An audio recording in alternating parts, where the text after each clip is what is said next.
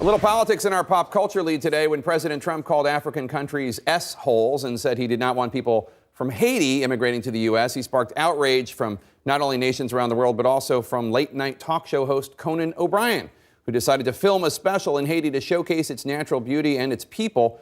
Joining me now is the host of TBS's Conan O'Brien. Thanks for being here, Conan.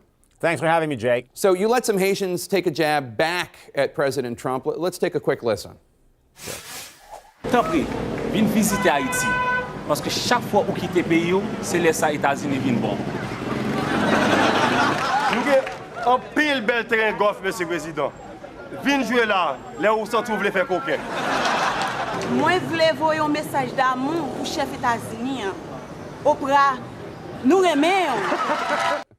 But more seriously, how did you find Haitians reacted to the president's comments? You know, it's interesting. I encountered the same thing that I encountered when we took our show to Mexico City last year, which is that they're human beings. They get their feelings hurt. And I think when you go there and you meet the people, though, that you find out that, yeah, they're sensitive. And when they hear comments like that, they're upset by them.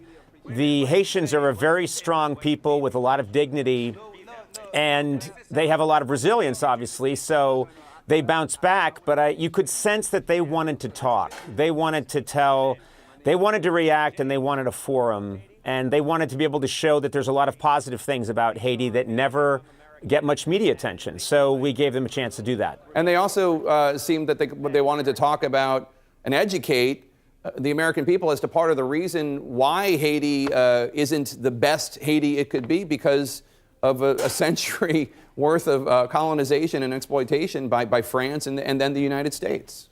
Yes, Haiti, as we say in the special, has been dealt one of the worst hands in the Western Hemisphere. It's a beautiful country, and it is a country that has an amazing people. They have an incredible, they're artists, they have a great sense of humor, they have incredible talent, and their country's been exploited. We've done a lot of damage to Haiti, and so have the other countries that colonized them. And they've been robbed of a lot of their riches. And so I spoke to children in Haiti who said, "Oh, you're from the United States. You're here to take stuff from us." And I had to assure them that, no, I'm not going to do that, and that maybe more Americans are going to be willing to give some stuff back to Haiti and help out a little bit. Now, you've done 8 of these international adventure shows in 3 years in places such as Cuba and Israel. Tell us what might be different about this episode, given the current political climate.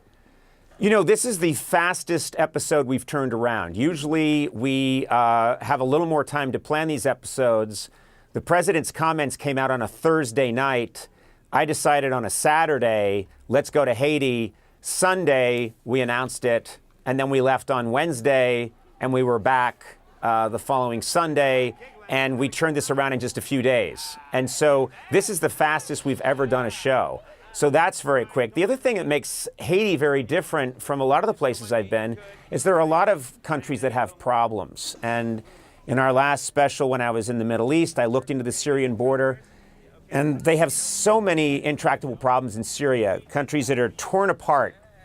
What's incredible about Haiti is the problems seem fixable.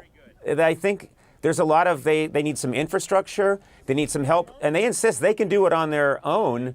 But, you know, you look at Haiti and you think this country could be very different in 20 years because the people are there, the natural resources are there, the beauty is there. Haiti can be much better off very quickly, I believe.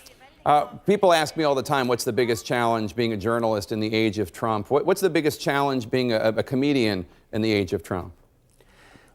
Comedians usually in a normal era are supposed to take these sort of serious situations and find the comedy in them and stretch them a little bit.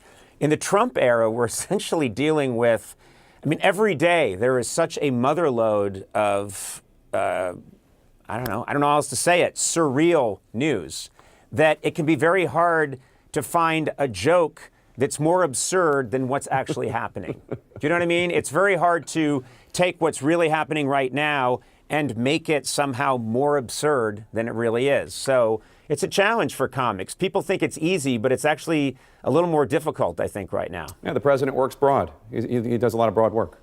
He does a lot of, he works blue, he works broad, and just trying to keep up with him. I mean, that's the other thing is, for any other president, the S-hole comment would have resonated for a couple of weeks.